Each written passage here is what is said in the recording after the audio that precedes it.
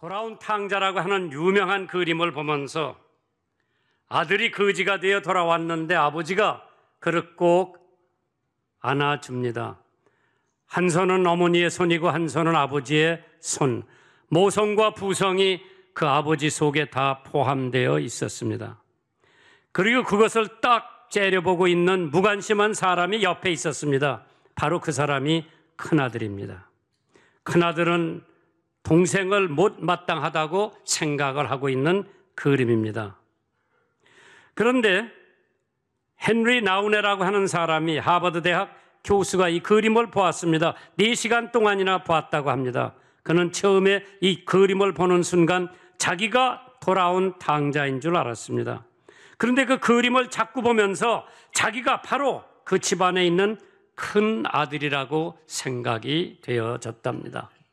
오늘 이 시간에 탕자의 형에 관한 성경 말씀을 보면서 함께 느끼는 바가 있기를 바랍니다.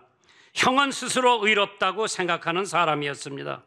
유대민족을 상징한다고도 하지만은 꼭 그렇지는 않을 수도 있을 겁니다. 동생은 탕자요 죄인입니다. 그래서 이방인을 상징한다고 하지만은 그것도 역시 그런 것만은 아닙니다.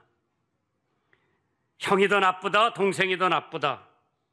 두 형제를 놓고 누가 더 나쁘냐 하는 논쟁을 벌인다면은 여러분은 누가 더 나쁘다고 생각을 하십니까? 외형적으로는 동생이 나쁜 사람이라 속단을 내릴 수가 있습니다. 술, 담배, 춤추러 다니며 나쁜 여자들하고 놀아난 사람 얼마나 나쁘지만은 그러한 거는 결심만 하면 하루아침에 변화될 수가 있는 줄 믿으시기 바랍니다.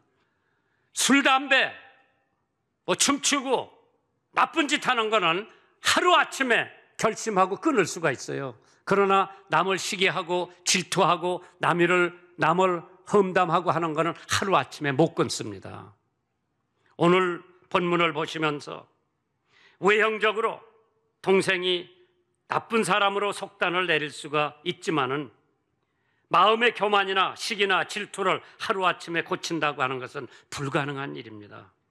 잠언 17장 17절에 친구는 사랑이 끊어지지 아니하고 형제는 위급할 때 위하여 낳느니라. 로마서 12장 10절에 형제를 사랑하여 서로 우애하고 존경하기를 서로 먼저 하라고 했습니다. 오늘 본문에 있는 말씀 탕자 얘기 중에 탕자보다 그 형에 대한 말씀을 보면서 혹시 내가 그 사람 같지는 않은가 한번 생각하면서 우리의 삶의 변화가 오기를 주님의 이름으로 축원합니다. 첫째로 형은 일을 열심히 했습니다. 장점입니다. 일하지 않으려는 풍조는 망조라고 했습니다. 누가복음 15장 25절에 맏아들은 밭에 있다가 돌아와 집에 가까이 왔을 때 풍류와 춤추는 소리를 들었다고 했습니다. 게으른 사람이 아니었습니다. 밭에 있었던 형입니다. 하나님은 게으른 사람을 쓰신 적이 없습니다. 부지런하여 열심을 품고 주를 섬기라고 했습니다. 부지런한 목동 다윗을 하나님께서 쓰셨습니다. 타작마당에서 일하던 기디온을 하나님께서 쓰셨습니다. 새벽 일찍이 이삭을 제단에 드리던 아브라함을 하나님께서는 들어 쓰셨습니다. 일을 무서워하지 않았던 형이었습니다. 영국의 사학자 토인비가 일본 땅을 방문 마치고 떠나는 환송장에서 세계에서 어떤 민족이 제일 잘 사느냐고 하는 질문을 받았을 때 첫째는 근로요, 둘째는 지성이요, 셋째는 협동하는 민족이 가장 잘 산다고 그랬습니다. 갈라일이 말하기를 노동이 없으면 안락도 휴식도 없다고 했습니다. 잠언 6장 9절에 게으른 자여 네가 어느 때까지 눕겠느냐, 네가 어느 때까지 잠이 깨어 일어나겠느냐, 좀 더 자자, 좀 더 졸자, 손을 모으고 좀 더 눕자 하면 네 궁핍이 강도같이 오며 네 곤핍이 군사같이 이른다고 했습니다. 철치힐이 세계 1차 대전, 2차 대전을 마무리한 후에 금후에 우리 영국 민족의 남은 과업은 아직도 3가지가 있다고 했습니다. 첫째 노동, 둘째 땀, 셋째는 피라고 했습니다. 잠언 10장 4절에 손을 게으르게 놀리는 자는 가난하게 되고 손이 부지런한 자는 부하게 되느니라. 자기 가정의 부를 위해서 수고와 노동력과 일을 무서워하지 않았던 형은 책임에 충실한 사람이었습니다. 누가복음 15장 29절에 아버지께 대답하여 가로되 내가 여러 해 아버지를 섬겨 명을 어김이 없이 내게는 염소 새끼라도 주어 나와 내 벗으로 즐기게 하신 일이 없다고 했습니다. 새벽에 일어나서 주어진 책임에 조금도 게을리지 않고 충실히 이행했던 형, 순종형이었습니다. 아버지의 명을 어긴 일이 없었습니다. 두 번째로 형은 섬기는 일에 충실했습니다. 아버지를 여러 해 섬겼다고 했습니다. 마음으로 섬긴 것이고 물질로 섬겼고 몸으로 섬겼습니다. 누가복음 18장 11절에 바리새인은 서서 따로 기도하여 가로되 하나님이여 나는 다른 사람들 곧 토색, 불의, 간음을 하는 자들과 같지 아니하고 이 세리와도 같지 아니함을 감사하나이다. 형식적인 섬김은 아버지의 마음을 헤아리지 못했던 형이었습니다. 죽었다고 생각한 동생이 돌아와서 잔치를 하고 있으면 형이 기뻐할 뿐만 아니라 아버지가 아우를 저렇게 기다리고 있고 좋아하시는데 어찌 자기인들 기쁘지 않겠는가? 하지만은 형식적이고 위선적인 섬김에 지나지 않았던 형이었습니다. 마지못해 섬기는 모양이었습니다. 빌립보서 2장 5절 이렇게 기록이 되어 있습니다.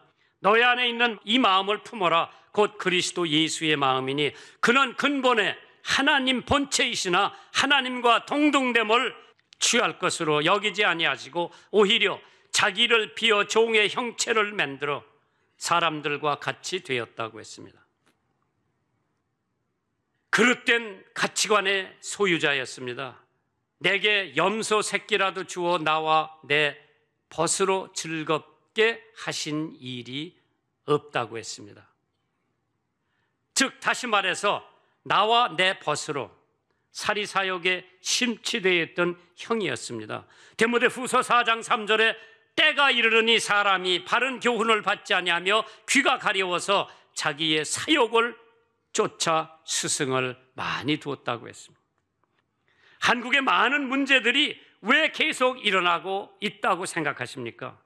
정치권의 부정부패, 사리사욕 때문에, 교육의 부조리 때문에, 사리사욕 때문에, 교통 문제, 사리사욕 때문에, 위선자들은 항상 피해의식에 잠겨 있습니다. 이기주의에 심취되어 있습니다. 염소 새끼라도 나와 내 벗을 위해서 한 번이라도 잡아준 적이 있습니까? 누가복음 15장 29절에 아버지께 대답하여 가로되 내가 여러 해 아버지를 섬겨 명을 어김이 없었거늘 내게는 염소 새끼라도 주어 나와 내 벗으로 즐기게 하신 일이 없다고 했습니다. 살찐 송아지는 그만두고 그렇게 형이 못 먹었겠는가? 언제든지 원하기만 하면 아버지께서는 요구만 하면은 아니 장남인데 그 많은 가축 중에 하나 잡아서 잔치를 한들 누가 말리며 항의를 하겠는가? 주 안에서 기뻐하지 왜 세상 친구들에게 기쁨을 찾으려고 하는지. 요한복음 16장 24절에 지금까지 너희가 내 이름으로 아무것도 구하지 아니하였으나 구하라 그리하면 받으리니 너의 기쁨이 충만하리라. 그 많은 재산, 그 많은 짐승 중에서 아버지가 큰아들을 위해서 한 마리 정도 잡아줄 수 있다고 저는 생각을 해봤습니다. 사리사욕은 사사로운 이익과 욕심이고 이기주의는 모든 일을 자기의 마음대로만 한다고 하는 자기의 이익, 자기의 쾌락, 자기의 주장만을 만족시키려는 주의라고 했습니다. 남을 위해서 살고 남이 잘 되면 기뻐할 줄 알고 남이 잘 되도록 기도할 수 있는 믿음의 소유자가 되십시오. 복음을 전하기 위해서 성경을 배포하거나 전도지를 돌리거나 설교를 하거나 방송을 하는 일이 있었어도 위스키 병을 사용해서 전도한 사람은 이 세상에 한 사람도 없었을 겁니다. 미국의 애러바마주에 살고 있는 피어스 목사님이 지나간 30년간 위스키 병을 통해서 전도를 했답니다. 어떻게 전도를 했느냐? 그 위스키 병에다가, 빈 병에다가 성경 구절을 하나 넣어서 병마개를 막고 강에다 갖다 띄었습니다. 30년 동안 3만 개의 위스키 병을 띄었어요. 그게 강을 타고 멕시코만으로 흘러가지고 어떤 건 멕시코로 가고 어떤 거는 페루로 가고 어떤 거는 칠리로 가고 어떤 거는 브라질로 가가지고 그게 신기해서 그 병을 걷어서 병마개를 열고 거기 안에 있는 걸 보니까 거기 성경 구절이 들어 있습니다. 하나님이 세상을 이처럼 사랑하사 독생자를 주셨으니 이는 저를 믿는 자마다 멸망치 않고 영생을 얻게 하려 하심이니라. 내가 곧 길이요 진리요 생명이니 나를 믿는 자는 아버지께로 올 자가 예수님밖에는 없다고 하는 성경 구절. 내가 사는 것이 그리스도니 죽는 것도 유익하다. 태초에 말씀이 계시니 그 말씀이 곧 하나님이라고 하는 그러한 성경 구절을 다 하나씩 넣어서 띄웠는데 잘 들어보세요. 29개 주와 8개국에서 그 글을 읽고 회신을 보내온 물이 무려 6만 통이 넘었다고 합니다.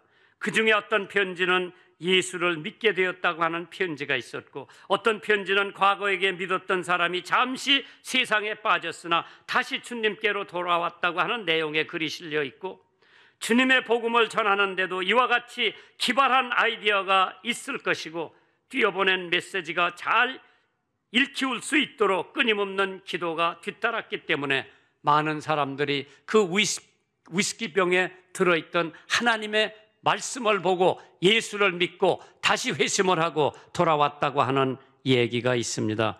사도행전 5장 42절에 저희가 날마다 성전에 있든지 집에 있든지 예수는 그리스도라 가르치기와 전도하기를 쉬지 아니하니라. 세 번째로 형의 그릇된 태도를 한번 생각해 봤습니다. 누가복음 15장 28절에 저가 노하여 들어가기를 즐겨 아니하거늘 아버지가 나와서 권했다고 했습니다. 아버지에게 대한 태도. 마태복음 7장에 비판을 받지 아니하려거든 비판하지 말라고 너의 비판하는 그 비판으로 너희가 비판을 받을 것이라고 했습니다. 그 아들의 오만 불손이 가득 찼습니다. 아버지가 나와서 권면을 합니다. 아담이 죄를 졌을 때 아담이 하나님을 찾은 것이 아니라 하나님이 아담을 먼저 찾으셨습니다. 다윗이 죄를 졌을 때도 다윗이 하나님을 먼저 찾은 것이 아니라 하나님이 다윗을 먼저 찾으셨습니다. 사도들이 실망하고 고기 잡으러 다시 떠났을 때 예수님이 그 제자들을 찾아가셨습니다. 누가복음 15장 28절에 저가 노하여 들어가기를 즐겨 아니하거늘 아버지가 나와서 권면을 했다고 했습니다. 그렇게 명령에 순종하던 아들이 이번 사건에 집에 들어오지 않아 아버지가 나와서 권면을 합니다. 이제까지 순종은 형식적이었고 자기를 위한 순종이었고 자기를 위한 위선이었습니다. 아버지가 기뻐하시면 아들도 기뻐해야지 어째서 비판을 서슴지 않고 하겠는가. 아우에 대한 태도는 화가 났습니다. 노했다고 했습니다. 시편 37절 8절에 분을 그치고 노를 버리라 불평하여 말라 행하게 치우칠 뿐이니라. 잠언 14장 17절에 노하기를 속히 하는 자는 어리석은 일을 행하고 악한 계교를 꾀하는 자는 미움을 받는다고 했습니다. 기쁨으로 대하지 않았습니다. 즐겨하지 않았다고 했습니다. 저가 노하여 들어가기를 즐겨 아니하거늘 아버지가 나와서 권했다고 했습니다. 정말 기뻐해야 할 형이 아우가 왔으니 말동무도 되겠고 일도 같이 할 수 있고 팔씨름도 같이 할 수 있고 극장도 같이 갈 수 있고 모든 일이 쉽게 될 수 있는데 형은 기뻐하지 않았다고 했습니다. 아버지의 태도가 어땠습니까? 누가복음 15장 31절 이하에 아버지가 이르되 예 너희는 항상 나와 함께 있으니 내 것이 다 내 것이로되 이 네 동생은 죽었다가 살아났으며 내가 잃었다가 얻었기로 우리가 즐거워하고 기뻐하는 것이 마땅하니라. 먼저 사랑하는 태도였습니다. 저가 노하여 들어가기를 즐겨 아니하거늘 아버지가 나와서 고날 때 아버지가 아들한테 나왔습니다. 사실 아들이 아버지한테 가야지요. 탕자에게 달려간 아버지, 일어나서 아버지께 돌아가니라. 아직도 상거가 뭔데 아버지가 저를 보고 측은히 여겨 달려가 목을 안고 입을 맞췄다고 했습니다. 에덴 동산에서 죄를 지은 아담은 숨어 있지만은 하나님은 그를 찾으셨습니다. 부자간에 내 것이 없습니다. 함께 있으니 다 내 것이 되었도다. 장남이 일어나 얼마나 욕심이 많은가, 무엇을 더 얻어갖기를 원하고 있는가. 야고보서 1장 15절에 욕심이 잉태한 즉 죄를 낳고 죄가 장성한 즉 사망을 낳는다고 했습니다. 동정의 태도, 네 동생은 죽었다가 살아났으며 내가 잃었다가 얻기로 우리가 즐거워하고 기뻐하는 것이 마땅하다 하니라. 정말 없다가 있는 동생, 생사에서 돌아왔습니다. 잃었다가 다시 찾았습니다. 기뻐해야 할 형이요 기뻐해야 할 온 가족입니다. 하나님께서 여러분들에게 동생 같은 사람도 있고 형 같은 사람도 있고 아버지 같은 사람도 있지만은 대작곡가 프레드릭 쇼팡은 무척이나 불행한 사람이었다고 합니다. 그가 태어난 폴란드의 정치 문제로 고통을 당했고 글라도브스키와 애정 문제로 상처를 입고 비엔나로 갔습니다. 9살부터 키로베스트 콘체르토 연주를 하고 19살 때 이미 대음악가로 발돋움을 한 그는 음악 활동이 슬럼프에 빠져 헤어나지 못하다가 스투트가르트에 거쳐 불란서 파리로 갔습니다.